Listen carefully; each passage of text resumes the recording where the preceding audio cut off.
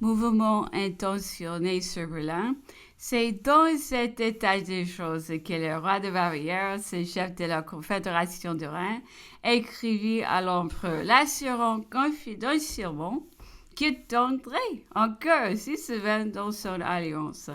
Et c'était ici, disait Napoléon, plus que très probablement, il n'eut plus on a nous quitté. Et il se décida à commencer dès l'instant un grand mouvement qui méditait depuis longtemps et qui montre bien toutes les ressources de son génie et la trompe de son âme, pressée sur l'Elbe, dans la grande masse des coalisés porte déjà la rive droite est à peu près tournée sur ses derrière. Il a conçu, préparé d'audacieuse idées, d'échanger de position avec l'ennemi, place pour place, de percer sa ligne d'ail, se former sur ses derrière et de les contraindre de passer à son tour entièrement sur la rive gauche.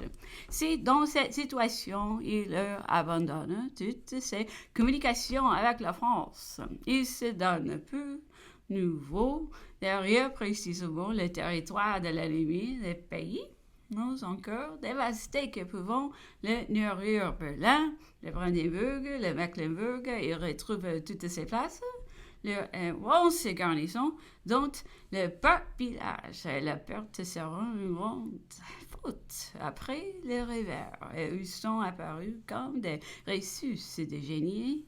En cas de triomphe, on va avoir devant lui une nouvelle avenir, des nouvelles combinaisons, l'étonnement, la stupeur des ennemis, leur faute, les brillants de son audace et toutes ces espérances. Peut-être Leipzig, 17, 18, 19 octobre, tout semble sourire d'abord à l'empereur, mais presque aussitôt une lettre du roi de Wurtemberg lui donne avis que l'armée bavaroise, enlevée par des intrigues et l'esprit du moment, s'est jointe à l'armée autrichienne qu'elle avait à combattre, qu'elle marche sur le Rhin, plus de couper de la France, et qu'il va se trouver lui-même dans l'obligation de se plier à ces circonstances. Ce nouveau contretemps force Napoléon de tout interrompre, puis revenir en arrière et songer à la retraite. Une telle complication des faux mouvements sur les Alliés qui nous présente et nous enterrons une grande bataille de rang inévitable. Napoléon se masse dans les plains de Leipzig, son armée est forte et 157 000 combattants et de 600 pièces d'artillerie. Mais les alliés, lui, en présentant 1000 et 35 000 baïonnettes. On se bat avec fureur. Au premier jeu, les Français demeureront vainqueurs. Et les victoires, eux, étaient décisives sur l'un des cœurs de ces adresses de feu venus prendre part à la bataille.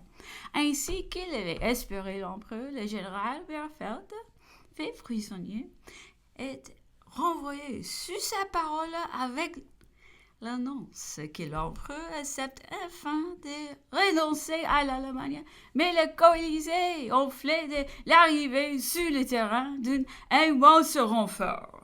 Commencement de seconde journée, et ils sont si nombreux que quand leurs troupes se trouvant fatiguées, elles sont régulièrement relevées, comme à la parade, par des corps tout frais.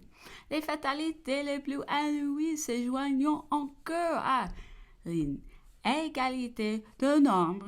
La trahison la plus infâme éclate à l'improviste au milieu de nous, les Saxons, nos alliés.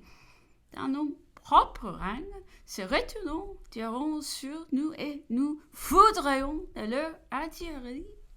Toutefois, tel est le sang-froid du général français, son énergie, son habileté, le courage de nos soldats, qui remédions à tout, et que le champ de bataille nous demeure encore.